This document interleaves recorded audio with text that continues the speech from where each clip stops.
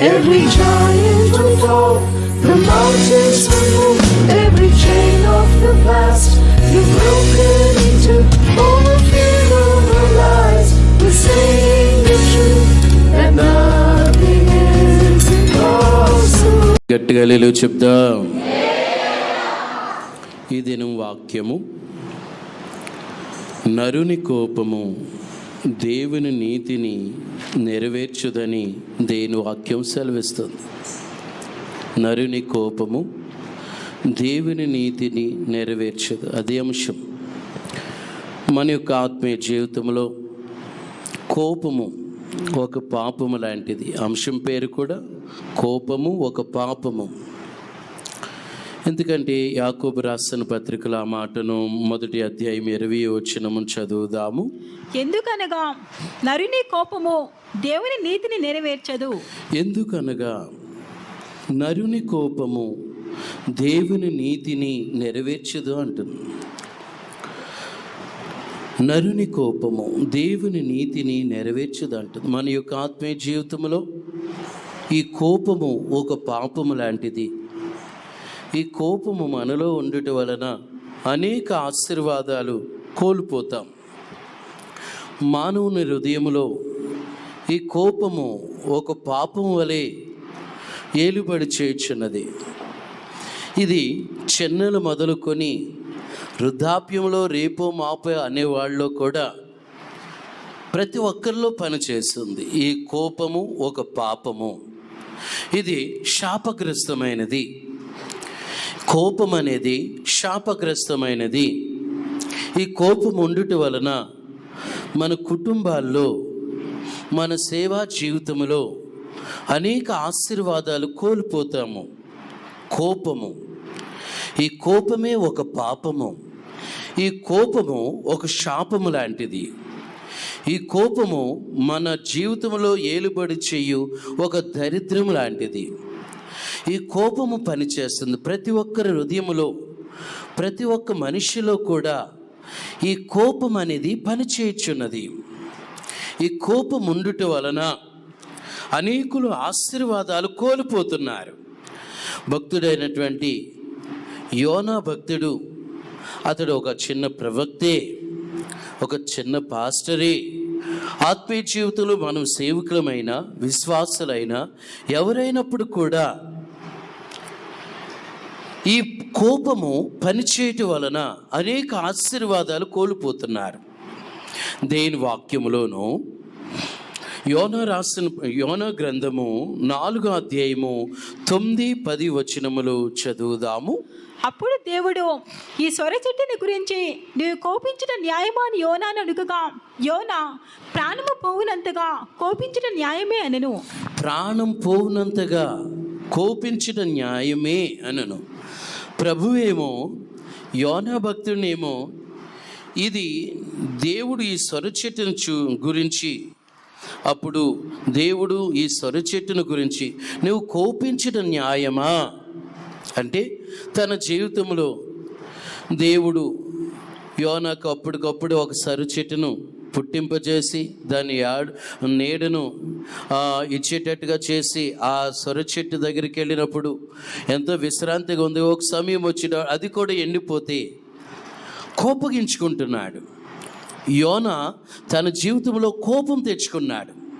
కోపగించుకోవటం అది చూచి దేవుడు, యోనా ఇది న్యాయమేనా అంటే దేవుడికే సమాధానం, ఇది న్యాయమే, ఇది న్యాయమే. చూడండి, ప్రభువేమో మహోన్నతుడైనటువంటి దేవుడు, సర్వశక్తి కలిగినటువంటి దేవుడు. దేవుడే కోపపడాలి యోనా మీద, కానీ యోనయే కోపపడుచున్నాడు. దేవుడే యోనా మీద కోపపడాలి, కానీ యోనా మీద కోపపడలేదు, కానీ యోనయే కోపపడుచున్నాడు. నేటి దినాల్లో మన యొక్క ఆత్మీయ జీవితంలో కూడా ఈ యోనా టైపులోనే ఉంటారు. చాలా కోపం కలిగి ఉంటారు, చాలా కోపం కలిగి ఉంటారు.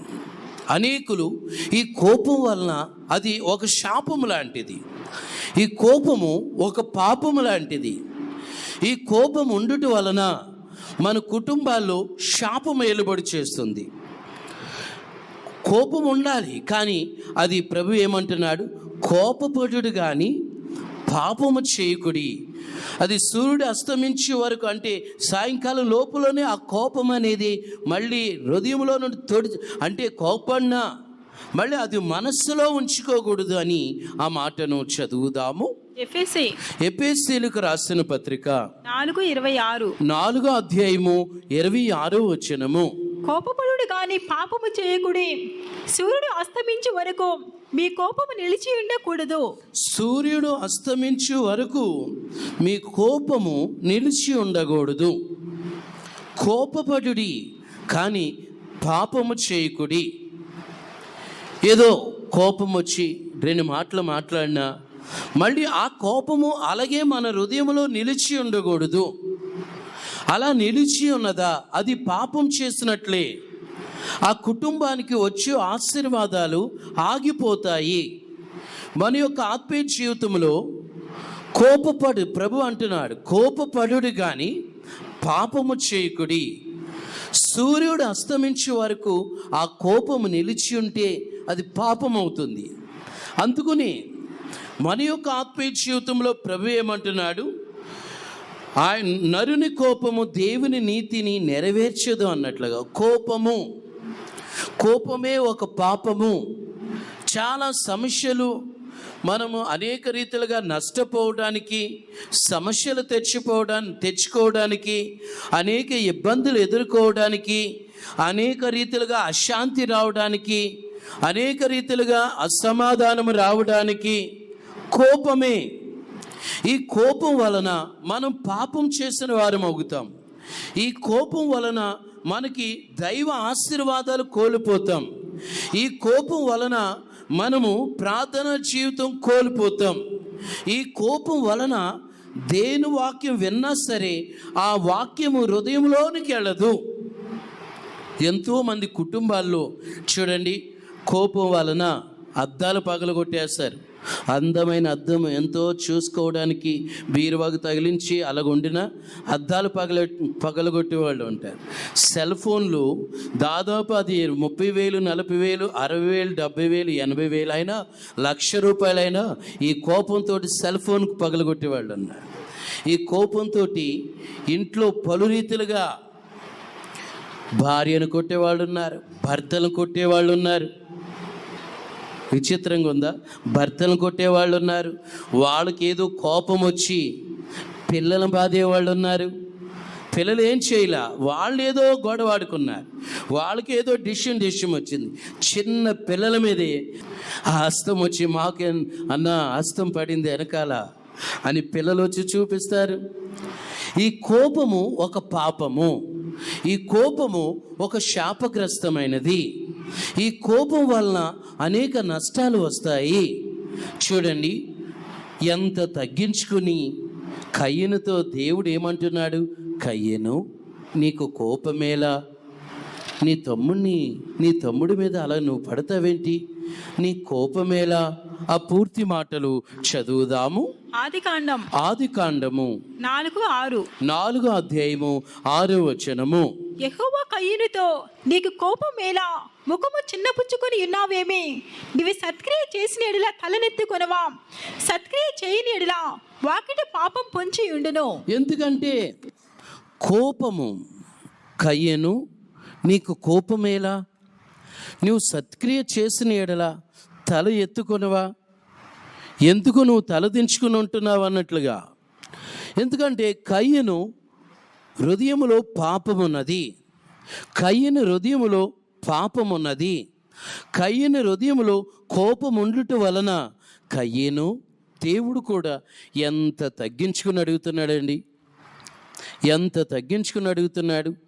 ఈ రోజుల్లో కూడా దేవుడిచ్చిన తల్లిదండ్రులు కూడా వారి మాట వెనుక వారు ఎదురాడితే అయినా వాళ్ళు తగ్గించుకొని, అలా కాదు నాన్న, అలా కాదమ్మా, అలా కాదయ్యా అని అనుట వలన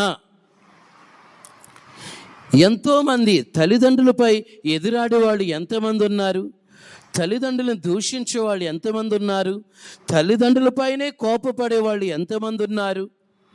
అలాగే దేవుడు నియమించిన సేవకులు ఉన్నారు. వారు దేవుడిచ్చిన తండ్రి తల్లి. వారిపై కూడా ఎంతోమంది కోపపడేవాళ్ళు ఎంతమంది ఉన్నారు. కోపము ఒక శాపము లాంటిది. కోపం ఉండుట వలన అది ఉన్నా సరే అది సూర్యుడు అస్తమించు కాలం లోపులోనే అది పోవాలి తప్ప అదే ఆ కోపము అలాగ హృదయంలో నివాసం చేయటం వలన దుష్టుడైన అపవాది మన హృదయాల్లోకి వచ్చేస్తాడు. దుష్టుడైనటువంటి అపవాది మన హృదయంలోకి వచ్చేస్తాడు. పిల్లలు, ఈ కోపము పలు రీతిలుగా పనిచేస్తుంది.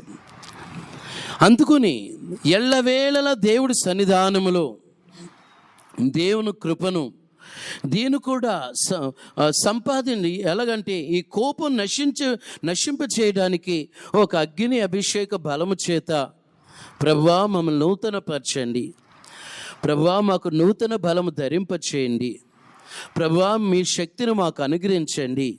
ప్రభు ఏమంటున్నాడు? దేవుడు ఆ లేవి సిమ్యోను గురించి వారి కోపము బహు వేంద్రమైనది, అది శాపగ్రస్తమైనది. ఆ లేవియు సిమ్యోను గురించి దేవుడు శాపగ్రస్తమైనటువంటి ఆ కోపం గురించి మాట్లాడుతున్న మాటలు చదువుదాము. ఆదికాండము 49 అధ్యాయం 7వ వచనం. షిమ్యోను లేవి అని వారి సహోదరులు, వారి ఖడ్గములు బలాత్కారపు ఆయుధములు, వారి కోపము వేంద్రమైనది, వారి ఉగ్రతయు కఠినమైనది, అవి శపించబడును. ఎందుకంటే వారి కోపం వలన మనుషులను చంపివేసిరి. ఆ మాటలు కూడా చదువుదాము. 49 అధ్యాయము 6వ వచనము. వారి కోపం వచ్చి మనుషులను చంపిరి, తమ స్వేచ్ఛ చేత ఎద్దుల గుదికాలి నరములను తెగగొట్టిరి. ఎద్దుల గుదికాలు వారు నరికివేశారు, మనుషులను చంపివేశారు. ఈ కోపం వలన మనుషులను చంపివేస్తున్నారు.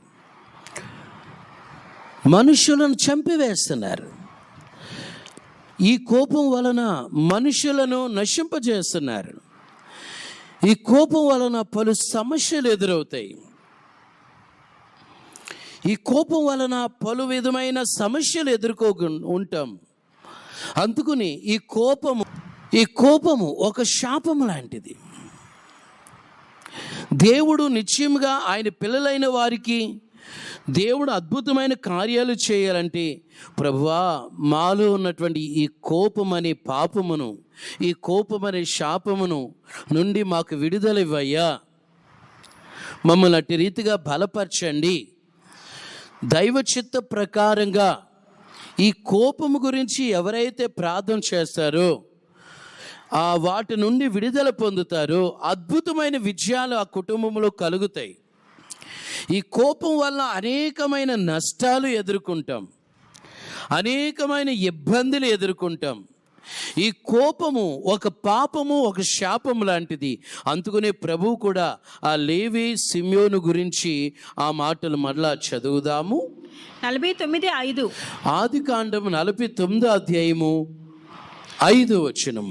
షిమ్యోను లేవి అని వారి సహోదరులు, వారి ఖడ్గములు బలాత్కారపు ఆయుధములు, నా ప్రాణమా వారి ఆలోచనలో చేరవద్దు, నా ఘనమా వారి సంఘముతో కలిసి కనవద్దు. వారి కోపము వచ్చి మనుషులను చంపిరి, తమ స్వేచ్ఛ చేత ఎద్దుల కుతికాలి నరములను తెగగొట్టిరి. వారి కోపము వేంద్రమైనది, వారి ఉగ్రతయు కఠినమైనది, అవి శపించబడినవి. కోపం వలన మనుషులను కూడా చంపేస్తారండి.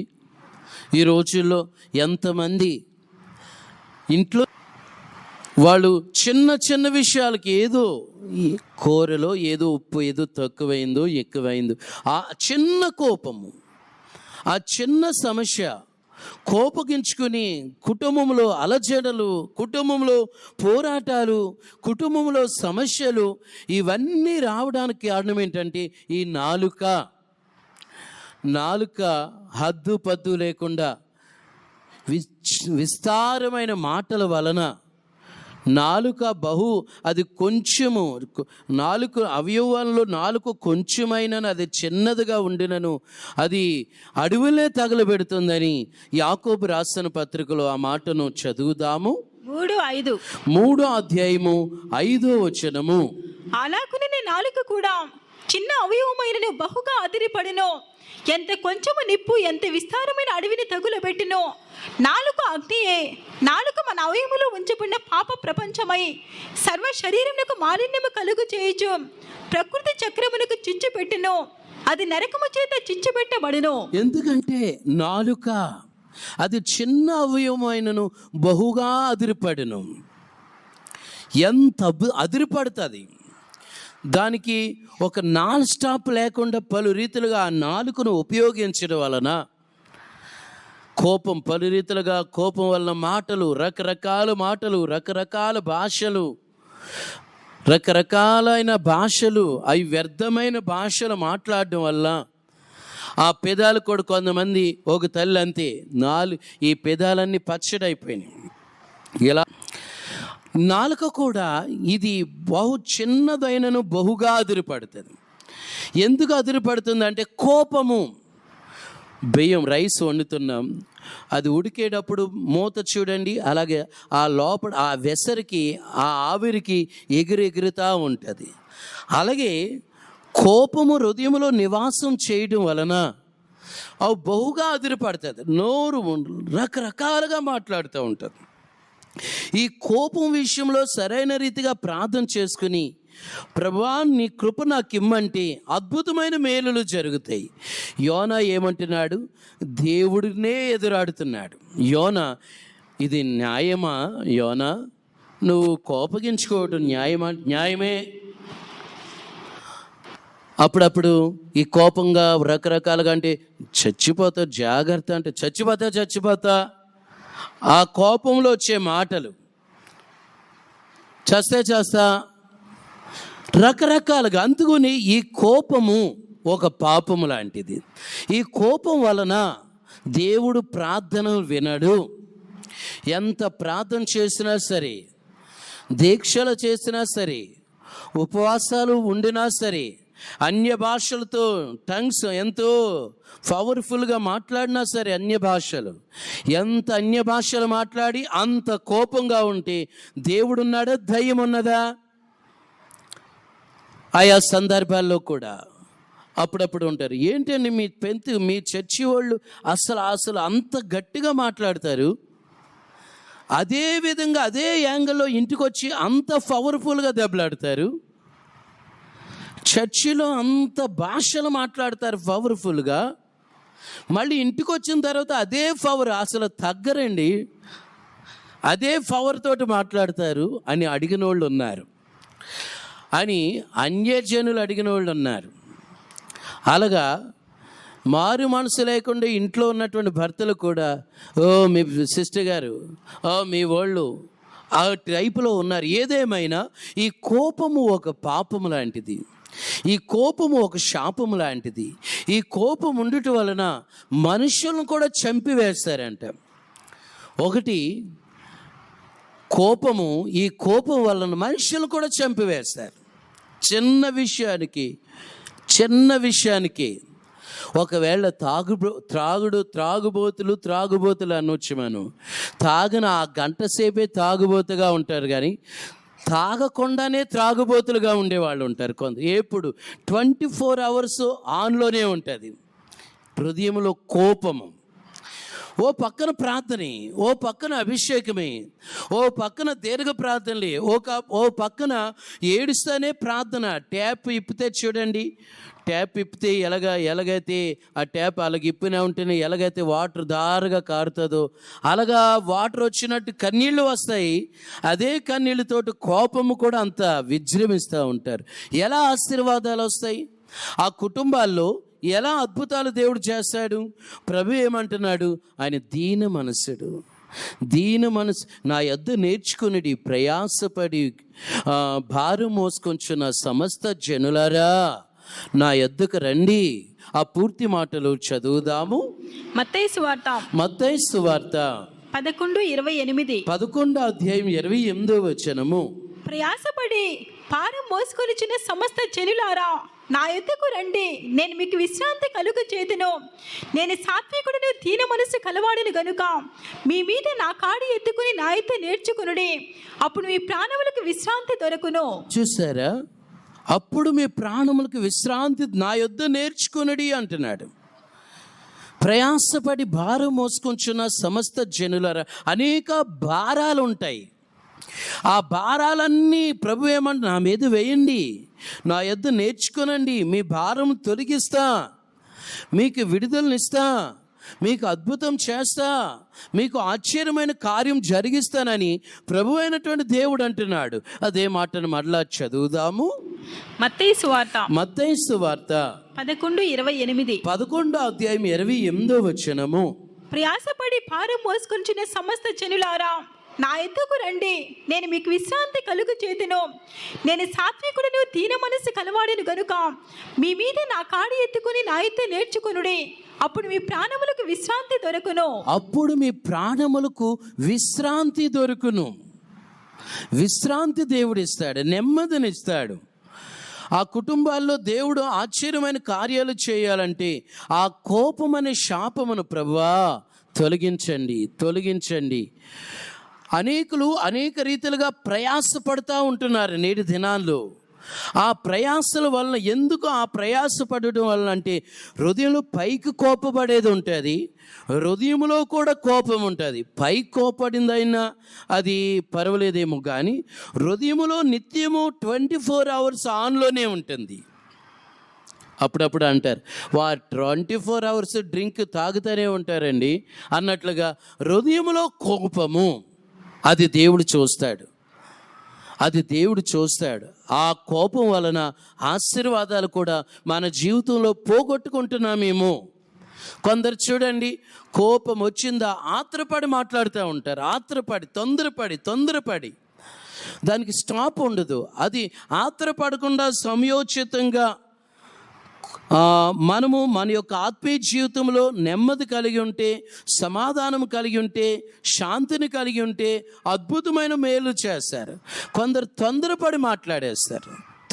అందుకుని ప్రసంగి గ్రంథంలో 7వ అధ్యాయము 9వ వచనము ఒకసారి ఆ మాటను చదువుదాము. ఆత్రపడి కోపపడవద్దు, బుద్ధిహీనుల అంతరింద్రియం ఎందు కోపము సుఖ నివాసము చేయును. ఎందుకంటే ఆత్రపడి కోపపడవద్దు. ఎందుకంటే కోపము ఇదొక ఆత్మ. సిమ్యోను, లేవి వారిని పట్టి పీడిస్తున్న ఒక ఆత్మ. ఆ పని మనలో పని చేస్తుందేమో ఆ ఆత్మ. ఆత్రపడి కోపపడవద్దు, తొందరపడి కోపపడవద్దు. అలా కోపపడటం వలన అనేక నష్టాలు అనుభవిస్తారు, అనేక సమస్యలు అనుభవిస్తారు. కొందరు చూడండి, తెలియని రీతిగా తొందరపడి నడిపించే వారిని ఒక ఉద్యోగం ఇచ్చాడు ఒక ఆయన, పెద్ద ఆయన దగ్గర ఎలాగుండాలి, సముదాయంగా, మర్యాదగా, క్రమముగా మాట్లాడాలి. ఏదో ఆయన అన్నాడని నేను మానేస్తా, నేను ఏడ్చేస్తా అని ఒకవేళ ఆ అధిపతిని ఎదిరిస్తే ఉద్యోగంలో నుండి తీసివేస్తాడంట. అందుకుని ఇదే ప్రసంగి గ్రంథములో అలాంటి మాటను తొందరపడి ఆ మాట చదువుదాము. 10వ అధ్యాయము 4వ వచనము. ఏలువాడు నీ మీద కోపపడిన ఎడల నీ ఉద్యోగం నుండి నీవు తొలగిపోకము. ఓర్పు గొప్ప ద్రోహ కార్యములు జరగకుండా చేయును.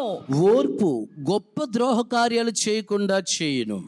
కొందరు చూడండి, తొందరపడి వాళ్ళు ఏదో పెద్దవాళ్ళు, ఏదో వాళ్ళు బిజీగా ఉన్నారు, ఏదో నువ్వు దగ్గరికి వెళ్ళి నెమ్మదిగా ఏదో మాట అన్నావు, ఇసుకున్నారు, ఏదో కోపడ్డారు. వాళ్ళు కోపడ్డారని మనం కూడా కోపడితే మనకే నష్టం వస్తుంది. వాళ్ళు ఏదో కోపడ్డారు, పై అధికారులు, వాళ్ళకి అధికారం ఉంది, పెట్టడానికి ఉంది, తిట్టడానికి ఉంది అన్నట్టుగా వాళ్ళకి అధికారం ఉంది. వాళ్ళు ఉద్యోగం ఇవ్వగలుగుతారు, ఉద్యోగం తీసేయగలుగుతారు. అలాంటి వాళ్ళ దగ్గర ఎలా మాట్లాడాలి? కొందరు మర్యాద లేకుండా ఎలా పడితే అలాగ ఉండటం వలన, ఆ కోపం వలన, వారి కోపం రావడం వల్ల ఉద్యోగంలో నుండి తీసివేయచ్చు. అందుకని కోపము ఒక పాపము లాంటిది. ఈ కోపము ఆత్మ ఉండటం వలన కుటుంబాల్లో అభివృద్ధి రాపోవచ్చు.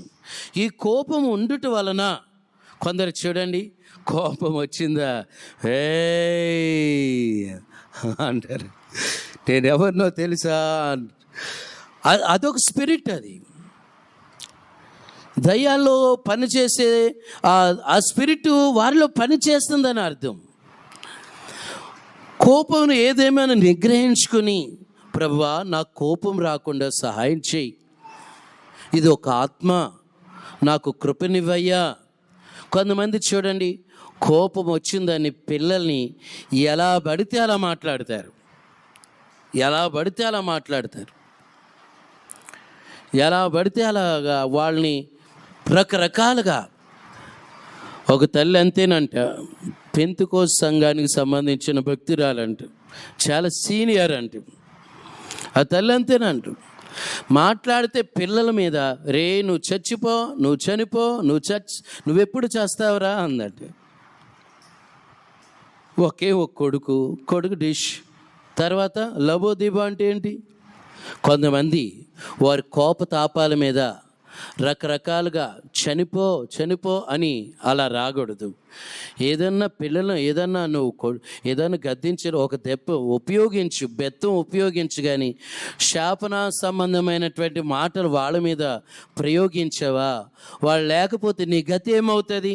ఇప్పుడు ఉదాహరణకి లేక ఒక కొడుకున్నాడండి, లేక ఒక కుమారుడు, ఎవ్వరు లేరు. ఆ కొడుకునే పట్టుకుని రకరకాలుగా నువ్వు ఆ శాపగ్రస్తమైనటువంటి నువ్వు చావురా, నువ్వెప్పుడు చేస్తావు అలాంటి మాటలు అన్నావా? మరి ఆ కొడుకే లేకపోతే నీ జీవితం ఏమవుతుంది? తర్వాత ఎవరు నిన్ను పోషిస్తారు? నువ్వు ముసలోడు అయ్యో, ఎవరు పోషిస్తారు? ఆత్మీయంగా ఈ కోపం ప్రతి ఒక్కరిలో, నీలో, నాలో, ప్రభువులో కూడా ఒకసారి ఎందుకంటున్నాడు? ఆ దేవుడు మందిరంలో వాళ్ళు శాపగ్రస్తమైన పని చేయడం వలన ఎందుకు ఇది ఏంటి, దేవుని ఆలయాన్ని దొంగలుగా చేశారని అక్కడ కూడా ప్రభు కోపడ్డాడు. కానీ దైవ చిత్త ప్రకారంగా కోపాడు. కానీ విచ్చలవిడిగా ఆ కోపాన్ని, నాకు కోపం ఉంది, ఈ కోపం నేను ఎలాగుంటే నాకు ఎవరు ఎదురాడరు, ఎవరు ఎదిరించరు, నేను అలాగే ఉంటాను అంటే ఆ కోపమే ఒక పాపము, ఆ పాపమే ఒక శాపము. లేవి, సిమియోను వారు ఏమైనా ఆశీర్వాదకరంగా ఉన్నారా? వారు దీవెనకరంగా ఉన్నారా? మన యొక్క ఆత్మీయ జీవితంలో ఈ కోపము గురించి ప్రార్థన చేసుకోవాలి. నరుని కోపము దేవుని నీతిని నెరవేర్చదు అన్నట్లుగా. ఒకవేళ పైకి కోపడకపోయినా హృదయంలో కోపం ఉండొచ్చు. ప్రభువా ఆ కోపము తీసివేయండి అయ్యా, ఆ కోపం ఆత్మ నుండి తీసివేయండి. అది లేవి ఆత్మ, అది సిమ్యోను ఆత్మ, అది కయ్యను ఆత్మ. కయ్యను కోపంతో తమ్ముని చంపేయలేదా? కయ్యను కోపంతో తమ్ముని చంపివేశాడు. సొంత రక్త సంబంధే, సొంత తమ్ముడే. కానీ హేబేలు మంచి అర్పణ దేవుడికి ఇచ్చాడు. కయ్యను సరైన రీతిగా అర్పించలేదు. హేబేలు అర్పణ దేవుడు ఇష్టపడ్డాడు, కయ్యను అర్పణ దేవుడు త్రోసివేశాడు. కయ్యనులో ఏమి రావాలి? పశ్చాత్తాపం రావాలి. అయ్యో నన్ను ఎందుకు అంగీకరించడం లేదు, నా అర్పణ ఎందుకు అంగీకరించలేదు, దేవుడు నన్ను ఎందుకు ఇష్టపడలేదు, నాలో ఏదో పాపం ఉంది, నా అర్పణలోని ఏదో తేడా ఉంది, నన్ను దేవుడు ఎందుకు మాట్లాడడం లేదు, ఇలా ప్రార్థన చేసుకోవాలి. అలా ప్రార్థన చేసుకోకుండా తన తమ్ముడిపై కోపం ఉంచుకున్నాడు, తన తమ్ముడిని చంపివేశాడు. కోపం వలన మనుషులను చంపివేశారు. కొందరు మాటలతో చంపివేశారు, కొందరు చేతబడు కళ్ళు, మామూలు కళ్ళు కదా అవి ఆ కళ్ళుతో, అదో విషపు చూపు అన్నట్లుగా సౌలుకు విషపు చూపు, అదొక చూపు, అది కూడా కోపమే. ఆ కోపం వలన కళ్ళు కూడా రకరకాలుగా మారిపోతాయి, ముఖం కూడా రకరకాలుగా మారిపోతుంది. కావున ఇది ఒక ఆత్మ. దేవుడు ఇష్టమైనటువంటి పిల్లలు, ప్రభువా ఈ కోపపు ఆత్మ నుండి నాకు విడుదలయ్యా, కోపపు ఆత్మ. అలాగుంటే వారికి విడుదల పొందలేరు, వారు అద్భుతం చూడలేరు, వారు మహిమను చూడలేరు. ఎందుకు? ఉజ్జియా రాజు అతడు ఒక విశ్వాసి లాంటి వాడు. అక్కడ లేవీలు, యాజకులు, ఆ సేవకులు వాళ్ళ ధూపం వేయాలి బలిపీఠం దగ్గర. వాళ్ళ ధూపం వేయకుండా ఏదో అక్కడ ఉన్నటువంటి అతను ఆ రాజు బలిపీఠం మీదకి ఎక్కి నేను కూడా ధూపం వేస్తాను అని ఆ ధూపం వేయడం వలన అక్కడున్న ఒక 10 మంది వెళ్ళి ఆ రాజును బయటికి లాగుతుంటే వారి మీద ఆ బలిపీఠం మీద నుండి చెయ్యెత్తాడు. వెంటనే కోపము, దేవుని కోపము అతని మీద మండిపోయింది. చూసారా? దేవుడి మీద కోపగించుకోకూడదు, దేవుడు నియమించిన సేవకుల మీద కోపగించుకోకూడదు. ఎందుకంటే ఇది నీ పని కాదు అని రాజుతోటి అన్న, అవును నేను వేస్తా, నేను రాజుని. అతడు యోగ్యుడు కాదు. యోగ్యుడైతే పర్వాలా, అయోగ్యుడు. దావీదు ఒక సమయంలో యోగ్యుడు కాబట్టి ఏమంటున్నాడు, ఇదిగో రొట్టెలు, ఇదిగో అతడు యోగ్యుడు కాబట్టి ఇదిగో రొట్టెలు ఇస్తున్నాడు. అనేకములు ఈ కోపం వలన అనేక నష్టాలు తెచ్చుకుంటారు. ఆ మాటను చదువుదాము. రాజు విషయంలో దేవుడు కోప్పడి అతని చేతులు కూడా ఎండిపోని అని వాక్యం సెలవిస్తున్న మాటను చదువుదాము. 2 దినవృత్తాంతముల గ్రంథము 26 అధ్యాయము 18, 19 వచనాలు కూడా చదువుదాము. వారు రాజైన ఉజ్జియాను ఎదిరించి, ఉజ్జియా యెహోవాకు ధూపం వేయుటకై ప్రతిష్ఠింపబడిన అహరోను సంతతి వారైన యాజకుల పనియే కానీ నీ పని కాదు. పరిశుద్ధ స్థలములో నుండి బయటికి పొమ్ము, నీవు ద్రోహము చేసి ఉన్నావు. దేవుడిని యెహోవా సన్నిధిని ఇది నీకు ఘనత కలుగు చేయదని చెప్పగా ఉజ్జియా ధూపం వేటకు ధూపాతని చేత పట్టుకుని రౌతుడై యాజకుల మీద కోపము చూపెను. యెహోవా మందిరంలో ధూపపీఠం ప్రక్కన అతను నుండగా యాజకులు చూచుచునే ఉన్నప్పుడు అతని నొసట కుష్ఠరోగం పుట్టెను. చూసారా? పరిస్థితి ఏర్పడింది. పరిస్థితులు చూసారు. మన యొక్క ఆత్మీయ జీవితంలో దేవుని కోపముకు మనం గురి అవ్వకూడదు. మనం కోపమును చంపివేయాలి. దినదినము చనిపోచున్నాము అంటే పౌలు ఎందుకంటున్నాడు? దినదినము ఆయన మాటలు, వాక్యముల చేత జీవిస్తూ లోకములో చనిపోతూ ప్రభువులో బ్రతుకుతున్న వారు ఉన్నారు. ఎంత కోపం వచ్చినా ప్రభువా సహాయం చేయి, ఈ కోపం ఆత్మ నుండి విడుదల దయచేయి. చూడండి, ఈ ఆత్మ పని చేసిందంటే, ఉదాహరణకు చెప్తున్నా, 1 టన్ను కలిగినటువంటి మనిషి 1 టన్నే ఉన్నాడు అనుకోండి, 1000 కేజీలే ఉన్నాడు అనుకోండి. ఇంకొకళ్ళు ఉండడానికి 40 కేజీ, 40 కేజీలు కాదు కానీ 60 కేజీలు ఉన్నారనుకోండి. 60 కేజీలుగా సన్నగా ఉన్నా వీళ్ళు టన్నులు కోపం ఉండొచ్చు. వాళ్ళ ఆకారానికి టన్నులు మనిషి అయినా ఎంతో ప్రేమ కలిగి ఉండొచ్చు. ఆకారాన్ని సన్నగా ఉన్న వాళ్ళు కోపము టన్నుల కొద్దీ ఉండవచ్చు. ఆకారానికి ఎంతలా ఉన్నా సరే వాళ్ళు పనిచేసేది ప్రేమ, దయ, కనికరము, ఓర్పు, సహనము. హల్లెలూయా! దాన్ని చూసి దేవుడు ఆశీర్వదిస్తాడు.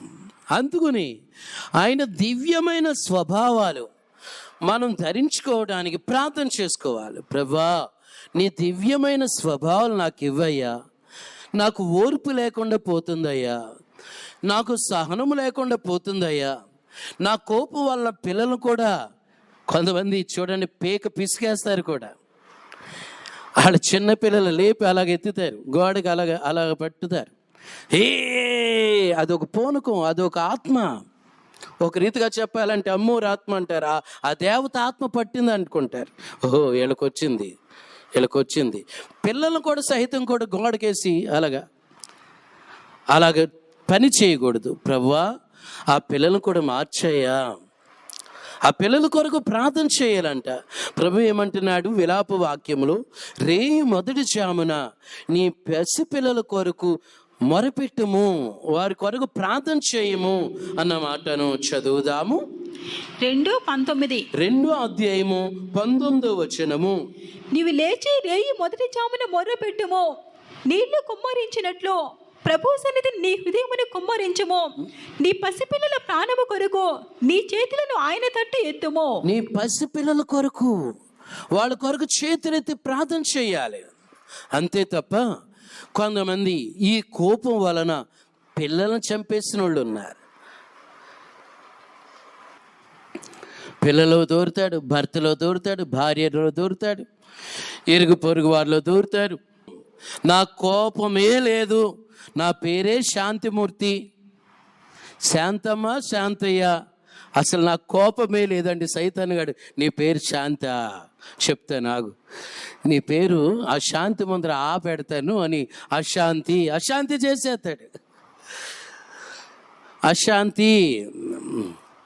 అశాంతరావు, శాంతమ్మ కాదు, అశాంతమ్మ. ఇది ఈ కోపం వలన. అందుకుని ఆత్రపడి కోపపడవద్దు. ఎందుకంటే బుద్ధిహీనుల అంతరింద్రియం యందు కోపము నివాసం చేస్తుంది. ఫుల్ ఏసీ పెట్టి, ఉదాహరణ చెప్తున్నా, మామూలుగా ఎండాకాలంలో మామూలు రూముల్లో ఉంటే అమ్మో ఉక్కపోసేస్తుంది, ఫుల్ ఏసీ పెట్టి అబ్బా ఎంత హాయిగా ఉందో. ఎందుకంటే సెంట్రల్ ఏసీ అప్పుడప్పుడు రైల్వే స్టేషన్ దగ్గర చూడండి, సెంట్రల్ ఏసీ విశ్రాంతి గది అని ఉంటుంది. ఆ గదిలోకి వెళ్ళి చూడండి, వెయిటింగ్ ట్రైన్ వస్తుందంటే సెంట్రల్ ఏసీ ఫుల్ ఏసీ ఉంటుంది. ఆ భలే చల్లగా ఉంటుంది. అసలు వెళ్ళబుద్ధి అవుతుంది. ట్రైన్ వస్తుందా, వెళ్దాములే అన్నట్లుగా ఉంటుంది. ఆ సెంట్రల్ ఏసీలో నివాసం ఉన్నట్లుగా ఈ కోపము కూడా ఎవరిలో, బుద్ధిహీనుల హృదయంలో కోపము సెంట్రల్ ఏసీ లాగా ఉంటుంది. సెంట్రల్ ఏసీ మామూలుగా, అది మామూలు ఏసీ అది వేరు. సెంట్రల్ ఏసీ అని గవర్నమెంట్కి కొన్ని ఉంటాయి. అసలు లోపలికి వెళ్తే చని ఒడికొచ్చేది. ఎండాకాలంలో కూడా అబ్బా చల్లగా ఉంటుంది. ఐస్ గడ్డ పెడితే ఎలాగుంటుంది ఆ టైపులో. అలాగే బుద్ధిహీనుల హృదయంలో కూడా ఈ కోపము ఈ ఏసీలో ఉన్నట్లు మనుషులు ఆ టైపులో నివాసం చేస్తారు.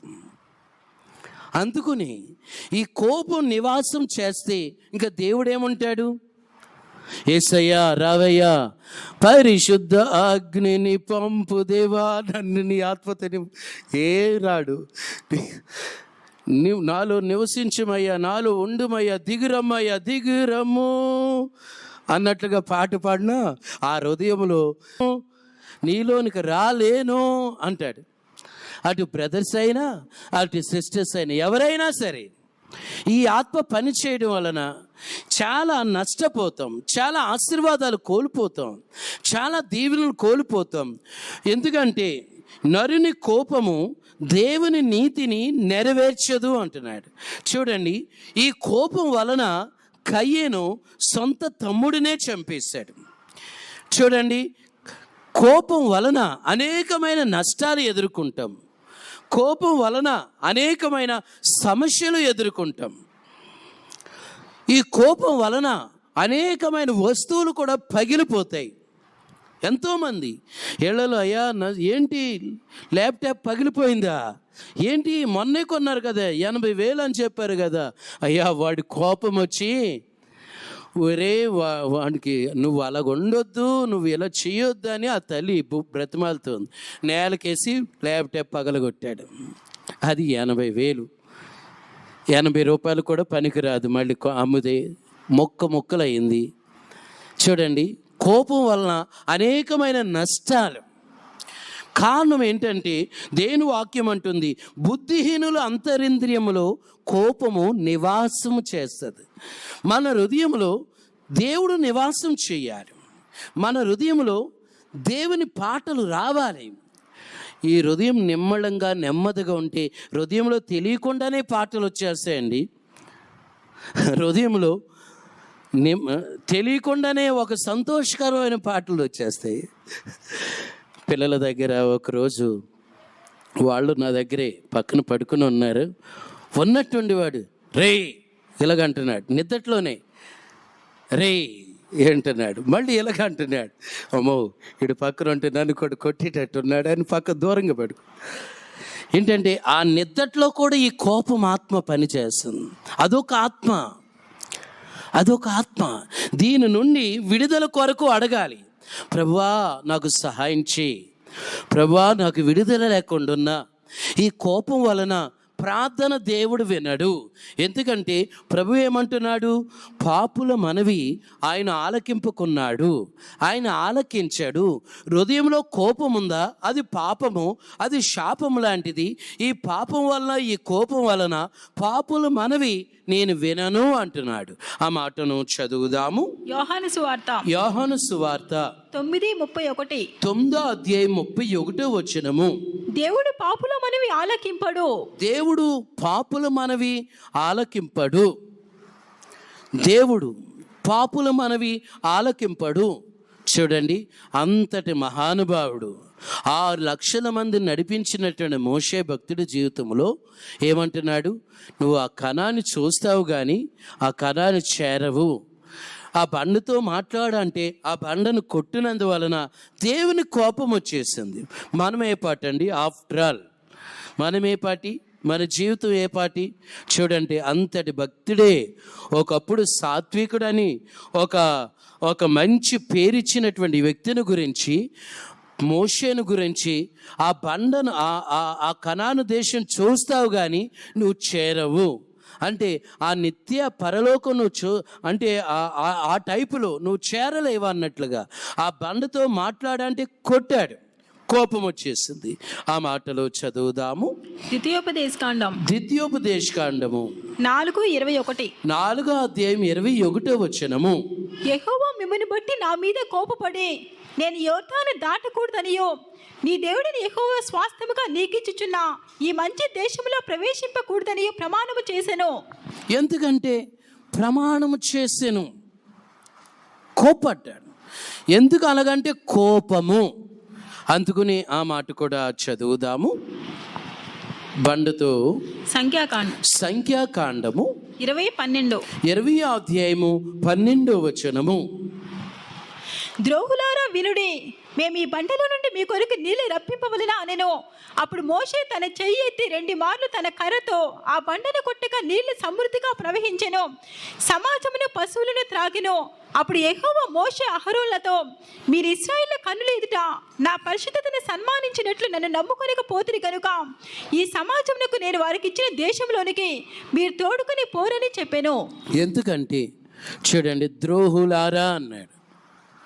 మన యొక్క ఆత్మీయ జీవితంలో ప్రార్థన చేసుకోవాలి, ప్రభువా ఈ కోపము ఒక పాపం లాంటిది. కోపం వల్లనే మోషేపై మీరు కోప్పడ్డారు. అనేకులు కయ్యేనుపై మీరు కోప్పడ్డారు. కయ్యేను గురించి దేవుడు ఏమైనా మంచిగా మాట్లాడా? ఏమైనా మంచి ఏదైనా బిరుదులు ఇచ్చాడా? ఏదైనా ప్రమోషన్ ఇచ్చాడా? నీకు కోపమేలా? యోనా గురించి కూడా ఇది న్యాయమా? యోనా ఇది న్యాయమా? న్యాయమే. ఎందుకంటే యోనా నినివే మీద కోపంగా ఉన్నాడు. అక్కడ ఏదో దేవుడి గురించి చెప్పు, దేవుడు నా గురించి చెప్పు, వారు మారుతారు అంటే తరికిష్కులు పారిపోతున్నాడు.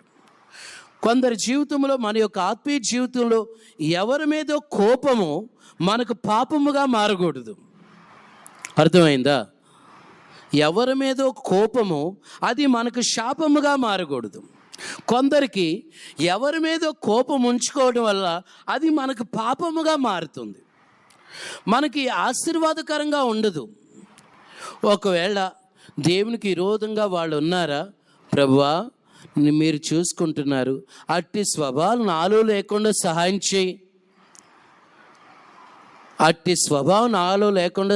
చేయి, ప్రభా ఆ కోపము వాళ్ళు వాళ్ళ పని చేస్తుంది, నాలో పని చేయకుండా సహాయం చేయి.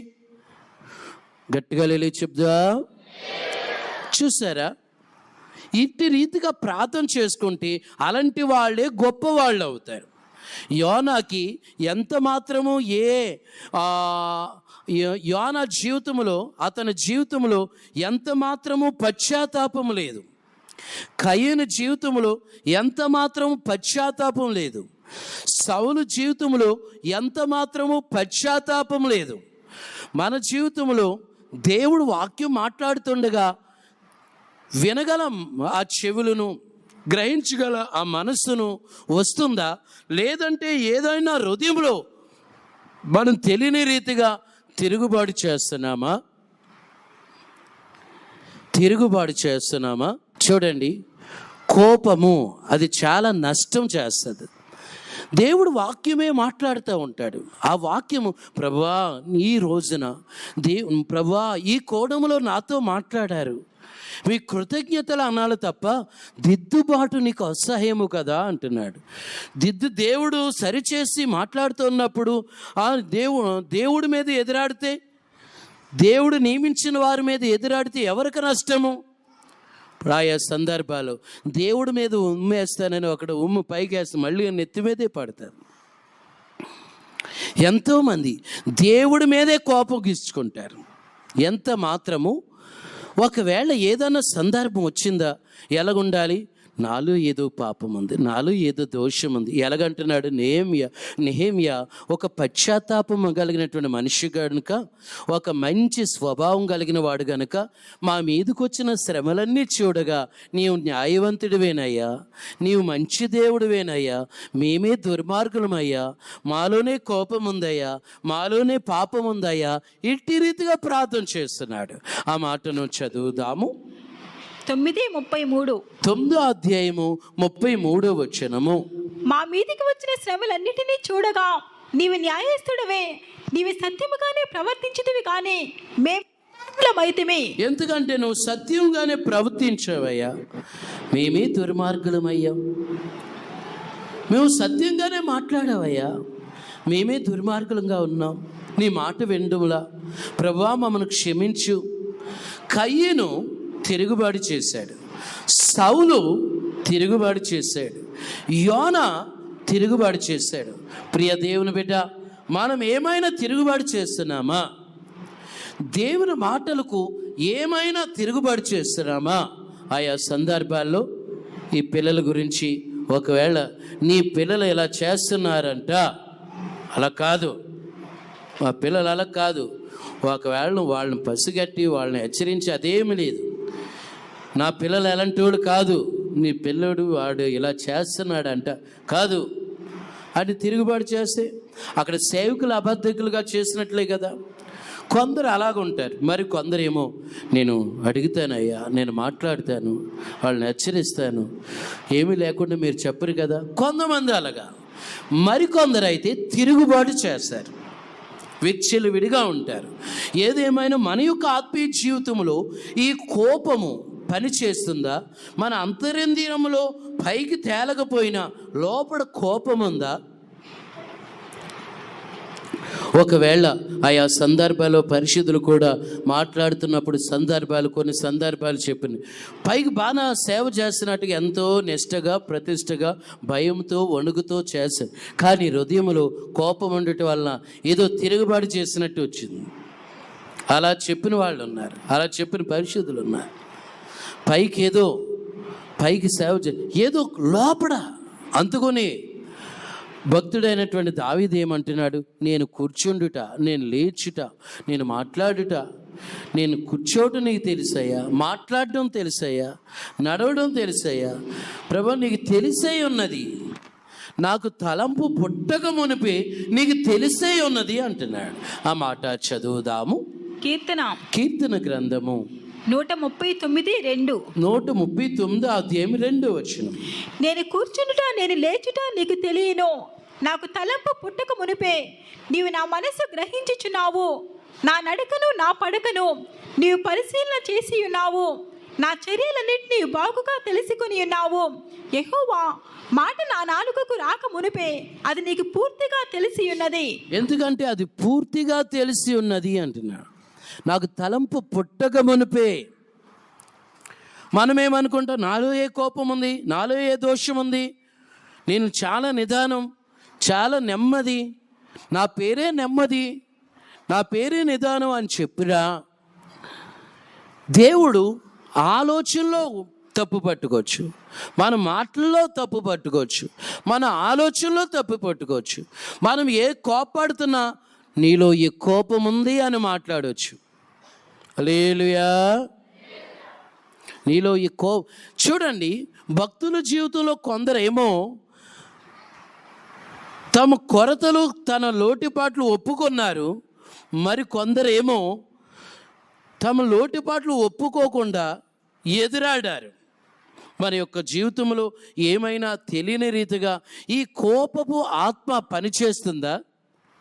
చెప్పాం కదా, పోయిన ఆదివారం కూడా ఈ మాట చెప్పినట్టు నా పనిచేస్తాయి. ఈ ఆత్మ పనిచేస్తుంది. ప్రతి ఒక్కరిలో కూడా ఈ ఆత్మ పనిచేయడం వలన అనేక ఆశీర్వాదాలు మనం కోల్పోతున్నామేమో, అనేక దీవెనలు మనం కోల్పోతున్నామేమో, అనేక ఇబ్బందులు మనకు ఎదురవుతున్నాయేమో మన జీవితంలో.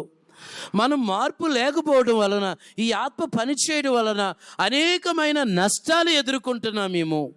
ప్రియమైన దేవుని పిల్లలారా, చూడండి, అమెరికాలోనంటే అలాగేనంట ఓ గులాబీ తోట ఉందంటే. టీయు థామస్ పాస్టర్ గారు చెప్తూ, టీపీఎంలు పాస్టర్ గారు ఆయన మెసేజ్లో విన్నా, గులాబీ తోట ఉంటే పిల్లలు మన చిన్న సులువుగా చిక్కులు పెట్టు పాపములు, ఆయా సందర్భాలు ఈ సులువుగా చిక్కులు పెట్టు పాపమే ఒక శాపముగా మార్చబడవచ్చు. మీ యొక్క జీవితంలో, నా యొక్క జీవితంలో బాగా కృప పొందుకొని కోపము రాకుండా, ప్రభువా కృపివ్వయ్యా, నీ సాత్వికను మాకు దయచేయి, నీ ప్రేమను మాకు దయచేయి, మీ విధేయత మాకు దయచేయి, మీ సాత్వికము మమ్మల్ని గొప్ప చేసిన అన్నట్లుగా నీ సాత్వికమైన మంచి స్వభావాలు మాకు కలుగు చేయండి అయ్యా అని ఎవరైతే ప్రార్థన చేసుకుంటారో వారి జీవితాల్లో దేవుడు అద్భుతాలు చేస్తాడండి. వారి జీవితంలో గొప్ప కార్యాలు దేవుడు జరిగిస్తాడు. అందుకని ద్వితీయోపదేశ కాండంలో కూడా, నిర్గమకాండము 23వ అధ్యాయము 21వ వచనము కూడా ఆ మాటను చదువుదాము. నిర్గమకాండము 23వ అధ్యాయం 21వ వచనము. ఆయన సన్నిధిని జాగ్రత్తగా నుండి ఆయన మాట వినవలెను, ఆయన కోపము రేపవద్దు, మీ అతిక్రమములను ఆయన పరిహరింపడు, నా నామం ఆయనకున్నది. ఎందుకంటే ఆయన సన్నిధిని జాగ్రత్తగా ఉండి ఆయన మాట వినవలెను. ఎందుకంటే అందుకు నిశ్చయంగా ఆయనకు కోపము రేపవద్దు, కోపము రేపకూడదు. దేవుడికి నరులు కోపం వచ్చినా పర్వాలేదు, కానీ దేవునికే కోపం వచ్చిందంటే మనం విడుదల పొందుతామా?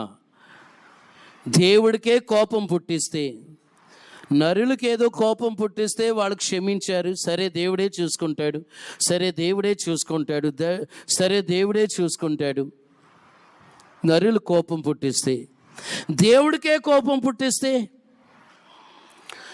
మనుషులు కోపం పుట్టిస్తే అది పరలా, ఏదో తెలియక మాట్లాడారని ఆ మనిషి క్షమించవచ్చు. కానీ దేవుడికే కోపం పుట్టిస్తే చాలా జాగ్రత్తగా ఉండాలి. దేవునికి కోపం పుట్టించే పనులు చేయకూడదు. దేవుని కోపం పుట్టించే విగ్రహ సంబంధమైన వాటి జోలికి వెళ్ళకూడదు. ఒకవేళ ఒక మనిషిని బాగా బాధిస్తున్నావా, ఎంతో శాంతంగా ఓర్చుకొని ప్రభువా సహాయం చేయి, ఓర్పు కావాలి, దేవుడు ఏం చేస్తాడు? కోపగించుకుంటాడు. అందుకని రోమీలకు రాసిన పత్రికలో ప్రభు ఏమంటున్నాడు? రోమీలకు రాసిన పత్రికలో దేవుని కోపముకు, ఎందుకంటే మీరు కోపడు, నాకు ఆగ్రహము, ఎందుకంటే నాకు చోటు ఇవ్వండి, నాకు సమయం ఇవ్వండి, నా కోపం వాళ్ళ మీద తీర్చుకుంటాను అన్నట్లు మీరు అలాగ ఉండవద్దు, రెచ్చిపోవద్దు అన్నట్లుగా ఆ మాటను చదువుదాము. 12వ అధ్యాయము 19వ వచనము. ప్రియులారా, మీకు మీరే పగ తీర్చుకొనక దేవుని ఉగ్రతకు చోటియుడి, పగ తీర్చుట నా పని, నేనే ప్రతిఫలము నిత్తును అని ప్రభువు చెప్పుచున్నాడు. పగ తీర్చుకొనుట నా పని. చూసారా, దేవుడు పగ ఆయన తీర్చుకుంటాడు, నువ్వు మౌనంగా ఉండు అంటున్నాడు. హిజ్కియాతోటి దేవుడు ఏమంటున్నాడు? నువ్వు మౌనంగా ఉండు, నువ్వు ర్యాష్గా ఆళ్ళ మీద వెళ్ళొద్దు యుద్ధానికి, మీరు మౌనంగా ఉండండి, అద్భుతం చేస్తాను అంటున్నాడు. ఒక్కొక్క సమయాల్లో మనం ఆత్మీయ జీవితంలో ఎదిగేటప్పుడు మనకు కూడా కొన్ని పరీక్షలు వస్తాయి. కోపం పుట్టించే మనుషులు ఉంటారు, ఇరుగు పొరుగు వారు ఉంటారు. కొందరు అంటారు, అంతకుముందు నేను చాలా రెబల్ అండి, దేవుడు నమ్ముకున్న తర్వాత బాగా సాత్వికం సంపాదించుకున్నాను, తగ్గింపు సంపాదించుకున్నా, ఇప్పుడు మాత్రం వాళ్ళు రెబల్గా నన్ను రెచ్చగొడుతున్నారండి. అప్పుడేమో రెబల్ అంట, ఇప్పుడు దేవుళ్ళు ఉన్నారు, మీరు బాప్తిసం తీసుకుని పరిశుద్ధాత్మ అభిషేకం పొందుకొని ఎంత శాంతంగా ఉంటే అంత రెచ్చగొడతారు దయ్యాలు వాళ్ళు ఉండి.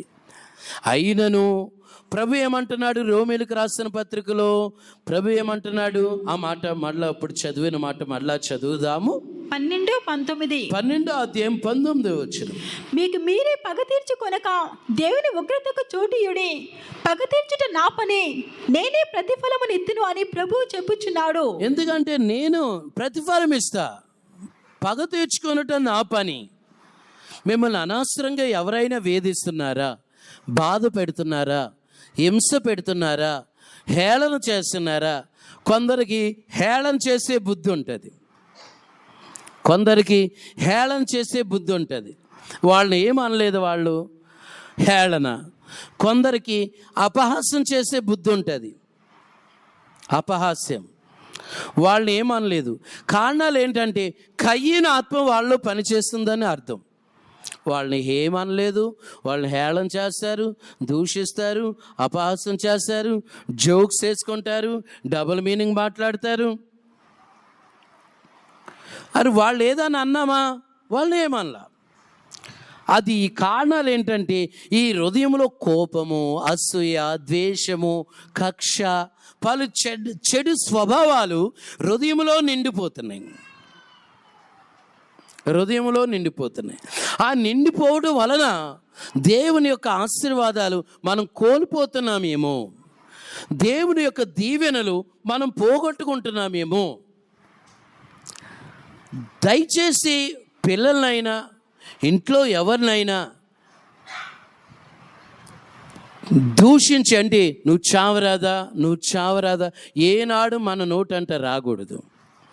ఒకవేళ ఏదైనా మాట్లాడినా గద్దించు, సరిచేయి తప్ప వాళ్ళు మన నోటంట వాళ్ళంటే, ఒకవేళ ఇందా చెప్పాను కదా, ఒక తల్లి లేక ఒక కొడుకే ఉన్నాడు, ఆ కొడుకునే మాట్లాడితే చావు చావు చావు నిజంగా వెళ్ళిపోయాడంటే అప్పుడు లబోదీబో అంటే ఎలాగుంటుంది? కొంతమంది భార్య ఉన్నంత వరకు వాళ్ళు సైకోలాగా ప్రవర్తిస్తారు, భర్త ఉన్నంత వరకు సైకోలాగా ప్రవర్తిస్తారు. అటు బ్రదర్స్లో ఉన్నారు, అటు సిస్టర్లో, పిల్లలు ఉన్నంత వరకు వాళ్ళని రాసి రంపాను పెడతారు. పిల్లలు లేరు లేరు లేరు ప్రేమించి ఇచ్చారంటే ఆ పిల్లలో కూడా దయ్యాలు పనిచేసి ఉంటాయి. ఏదేమైనా ఇవన్నీ దురాత్మలే. ఇవన్నిటిని జయించాలంటే శుభకరమైన మాటలు, శుభకరమైన మాటలు, ఒక విజయోత్సవంతో మాటలు, అట్టి రీతిగా ఉంటే మనము అద్భుతమైన రీతిగా ఆశీర్వాదకరంగా మార్చబడతాం. ఏమన్నా కోపము ఒకవేళ వచ్చినా అది సూర్యుడు అస్తమించే వరకు అది మళ్ళీ అలాగే ఉందా, నష్టపోతామని ఆ మాటలు చదువుదాము. ఎఫెసీలకు రాసిన పత్రిక 4:26. 4వ అధ్యాయం 26వ వచనము. కోపపడుడు కానీ పాపము చేయకుడి, సూర్యుడు అస్తమించే వరకు మీ కోపము నిలిచి ఉండకూడదు, అపవాదికి చోటు ఇయ్యకుడి. అపవాదికి చోటు ఇయ్యకుడి. కోపపడి అలాగే ఉన్నామా? ప్రార్థన చేయలేం. దేవుని ఎవరైనా కోపపడేవాళ్ళు మనసారగా పాటలు పాడలేరు కూడా. కోపపడేవాళ్ళు హృదయంలో వచ్చి ఆనందం, సంగీతం అది రాదు. మనసారుగా దేవుని సంతోషపరచలేరు, ఆత్మతో ఆరాధన చేయలేరు, ఆత్మతో స్తుతులు చెప్పలేరు, ఆత్మతో స్తోత్రాలు చెప్పలేరు, ఆత్మలో ప్రార్థన చేయలేరు. కోపము ఏదేమైనా ఆ కోపము ఒక శాపము లాంటిది, ఆ కోపము ఒక పాపము లాంటిది. దాని నుండి మాకు విడుదల ఇవ్వయ్యా అని ఎవరైతే ప్రార్థన చేస్తారో గొప్ప విజయాలు కలుగుతాయి. ప్రార్థన చేసుకుందాం. దేవుని సన్నిధానంలో ప్రభు మనతో మాట్లాడి ఉన్నారు. ఈ దినాన్న కోపపు ఆత్మ మనలో ఏమైనా పని చేస్తుందా? మన జీవిత యాత్రలో ప్రభువా మాకు విడుదలవి, ఆ ఆత్మ నుండి మాకు విడుదలవి, మమ్మల్ని బలపరచండి, మమ్మల్ని శుద్ధి చేయండి, మమ్మల్ని పవిత్రపరచండి, మమ్మల్ని పరిశుద్ధపరచండి. నీ అగ్ని అభిషేక బలము చేత నూతనమైన కార్యాలు మా ఎడల జరిగించండి ప్రార్థించేవారుగా ఉండాలి. ప్రార్థన చేద్దాం. అందరూ మోకరించండి. దేవుడి సన్నిధానంలో కొన్ని నిమిషాల పాటు ప్రభువా నాలో ఉన్నటువంటి కోపం ఆత్మ నుండి ప్రభువా విడుదలవి అయ్యా. అది లేవి సిమియోను వారు కూడా కోపం వలన మనుషులు చంపివేశారు, ఎద్దులు నరికివేశారు. అలాంటి పరిస్థితులు ప్రభువా మాలో పని చేయకూడదు. ప్రభువా నీ యొక్క ఆశీర్వాదాలు మేము పొందుకోవాలి, నీ దీవెన పొందుకోవాలి, నీ అద్భుతాలు మేము చూడాలి, నీ ఘనమైన కార్యాలు మేము చూడాలి. మా జీవితంలో నీ యొక్క అద్భుతమైన కార్యాలు చేయండి రాజాని దేవుని సముఖంలో ప్రార్థిద్దాం. హల్లెలూయా. స్తోత్రం స్తోత్రం స్తోత్రం. పరిశుద్ధమైన ఓ సంగమా, ప్రభు ద్వారము యొద్ద నిల్చెను. పరిశుద్ధమైన ఓ సంగమా, ప్రభు ద్వారము యొద్ద నిల్చెను. క్రీస్తు దివ్య స్వభావము ధరించుకొని ప్రియ యేసుని సంధింప సిద్ధపడుము. క్రీస్తు దివ్య స్వభావము ధరించుకొని ప్రియ యేసుని సంధింప సిద్ధపడుము. ప్రేమా స్వరూపియే మన దేవుడు, ప్రేమ లేని వారు దేవునెరుగరు. ప్రేమా స్వరూపియే మన దేవుడు, ప్రేమ లేని వారు దేవునెరుగరు. ప్రేమించేదో మన విరోధుల, ప్రేమాల పూలులమై నిలిచేదా. ప్రేమించేదో మన విరోధుల, ప్రేమాల పూలులమై నిలిచేదా. పరిశుద్ధమైన ఓ సంగమా, ప్రభు ద్వారము యొద్ద నిల్చెను. పరిశుద్ధమైన ఓ సంగమా, ప్రభు ద్వారము యొద్ద నిల్చెను. క్రీస్తు దివ్య స్వభావము ధరించుకొని ప్రియ యేసుని సంధింప సిద్ధపడుము. క్రీస్తు దివ్య స్వభావము ధరించుకొని ప్రియ యేసుని సంధింప సిద్ధపడుము. దీనా మనసు గల యేసు ప్రభు, దీనుడై తానే తగ్గించుకొనెను. దీనా మనసు గల యేసు ప్రభు, దీనుడై తానే తగ్గించుకొనెను. కలిగే శ్రమలో తగ్గించుకొని క్రీస్తు మనసును ధరించేదము. కలిగే శ్రమలో తగ్గించుకొని క్రీస్తు మనసును ధరించేదము. పరిశుద్ధమైన ఓ సంగమా, ప్రభు ద్వారము యొద్ద నిల్చెను. పరిశుద్ధమైన ఓ సంగమా, ప్రభు ద్వారము యొద్ద నిల్చెను. క్రీస్తు దివ్య స్వభావము ధరించుకొని ప్రియ యేసుని సంధింప సిద్ధపడుము. క్రీస్తు దివ్య స్వభావము ధరించుకొని ప్రియ యేసుని సంధింప సిద్ధపడుము. మచ్చాడగు లేని సంగమునకు మహిమగల క్రీస్తు శిరసాయెను. మచ్చాడగు లేని సంగమునకు మహిమగల క్రీస్తు శిరసాయెను. క్షమించేదం మన శత్రులను, కలంకాము లేని వధువగుదము. క్షమించేదం మన శత్రులను, కలంకాము లేని వధువగుదము. పరిశుద్ధమైన ఓ సంగమా, ప్రభు ద్వారము యొద్ద నిల్చెను.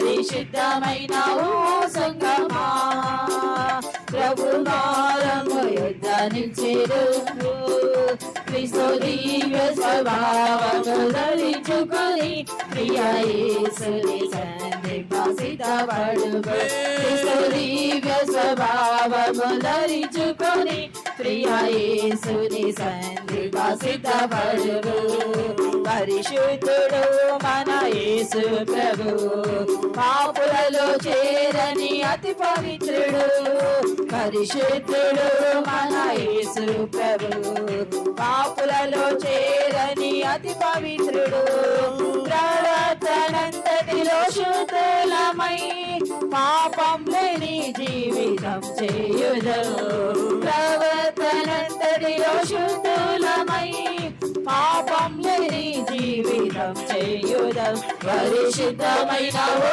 సంగమా ప్రభు ద్వారము ధరించెను పరిశుద్ధమైన ఓ సంగమా ప్రభు ద్వారము ధరించెను దివ్య స్వభావము ధరించుకొని ప్రియ యేసుని సన్నిధికి సిద్ధపడుము దివ్య స్వభావము ధరించుకొని ప్రియ యేసుని సన్నిధికి సిద్ధపడుము దివ్య స్వభావము ధరించుకొని ప్రియ యేసుని సన్నిధికి సిద్ధపడుము దివ్య స్వభావము ధరించుకొని ప్రియ యేసుని సన్నిధికి సిద్ధపడుము దివ్య స్వభావము ధరించుకొని ప్రియ యేసుని సన్నిధికి సిద్ధపడుము దివ్య స్వభావము ధరించుకొని ప్రియ యేసుని సన్నిధికి సిద్ధపడుము దివ్య స్వభావము ధరించుకొని ప్రియ యేసుని సన్నిధికి సిద్ధపడుము దివ్య స్వభావము ధరించుకొని ప్రియ యేసుని సన్నిధికి సిద్ధపడుము. హల్లెలూయా హల్లెలూయా హల్లెలూయా హల్లెలూయా. ఎంతమంది దైవ చిత్త ప్రకారంగా ప్రార్థిస్తారో ఆశ్చర్యమైన రీతిగా దేవుని కనికరం వారిపై వస్తుంది, దేవుని కటాక్షం వారిపై దిగుతుంది, దేవుని ప్రేమ వారిలో కలుగుతున్నందువలన అద్భుతమైన కార్యాలు వారి జీవితంలో జరుగుతాయి. అందుకనే మన ప్రార్థనలో కూడా అవును నరుని కోపము దేవుని నీతిని నెరవేర్చుదని దేవుని వాక్కు సెలవిస్తుండగా అవును ప్రభువా మా యొక్క జీవితంలో మేము ఆశీర్వాదాలు పొందుకోలేకపోవడానికి ప్రభువా కోపు ఆత్మ నుండి మాకు విడుదల ఇవ్వయ్యా. ఆనాడు అనేక మంది కోపం వలన అనేక నష్టాలు ఆపదలు సమస్యలు ఎదుర్కొన్నారు. మా యొక్క జీవితంలో నీ దివ్య స్వభావాలు మాకు ధరింపచేయండి అయ్యా, నీ దివ్య గుణాలు మాకు ధరింపచేయండి అయ్యా, నీ కృప మాకు సమృద్ధిగా దయచేయండి అయ్యా అని ఎవరైతే అడుగుతున్నారో వారికి విజయాలు కలుగుతాయి, వారికి అద్భుతాలు దేవుడు చేస్తాడు, వారికి ఆశ్చర్యమైన కార్యాలు దేవుడు జరిగిస్తాడు.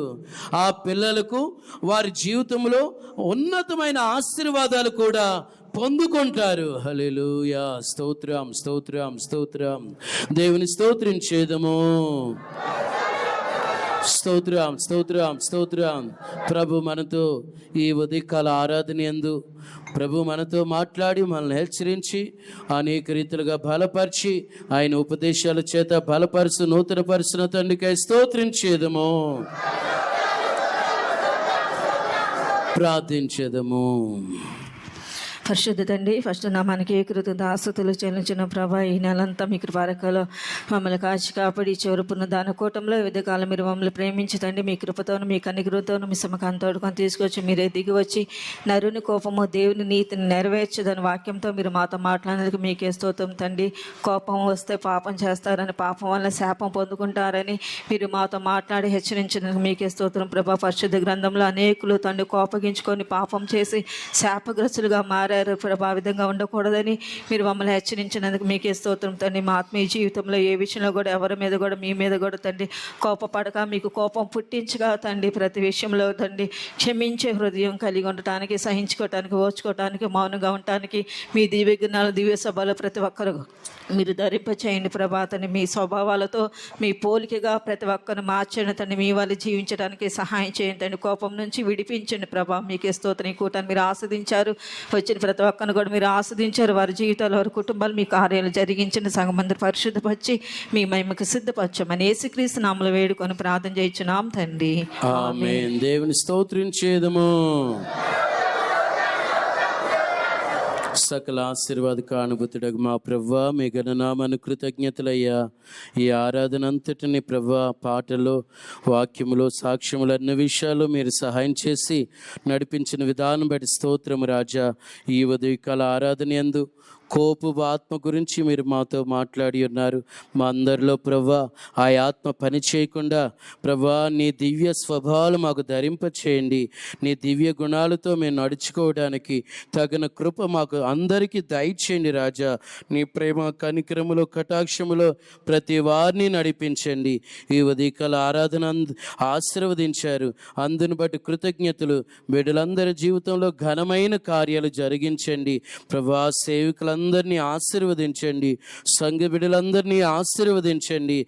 బిడ్డలందరి జీవితంలో నూతనమైన కార్యాల చేత ఇంకనూ నడిపించండి. మహిమగల కార్యాల చేత నడిపించండి. బిడ్డలను ఆశీర్వదించండి. బిడ్డలకు ఉన్నటువంటి ప్రతి ఒక్క అవసరాలన్నీ తీర్చి నీ ప్రేమ కనికర కటాక్షములో నడిపించి నీ రాకడ మమ్మల్ని సిద్ధపరచమని యేసు పరిశుద్ధ నామమున నడిచినాం తండ్రి. మీ స్తోత్రించేదము.